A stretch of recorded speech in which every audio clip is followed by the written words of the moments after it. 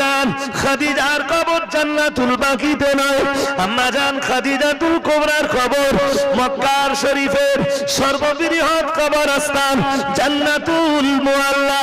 জান্নাতুল বাকিতে দাঁড়িয়ে দাঁড়িয়ে নবী দোয়া চাইছিলেন, ও রব্বুল আলামিন আল্লাহ,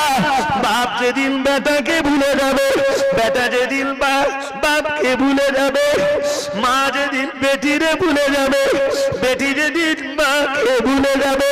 ভাই যেদিন ভাইকে ভুলে যাবে, বন্ধু যেদিন বন্ধুকে ভুলে যাবে, স্বামী যেদিন স্ত্রীকে ভুলে যাবে, স্ত্রী যেদিন স্বামীকে ভুলে যাবে, ও রব্বুল আলামিন আল্লাহ, ওই কঠিন দিনে তোমার নবী জানো, তোমার নবী জানো সেদিন খাদিজার কথাটা না ভুলে যায়। জান্নাতুল বাকির কবরস্থান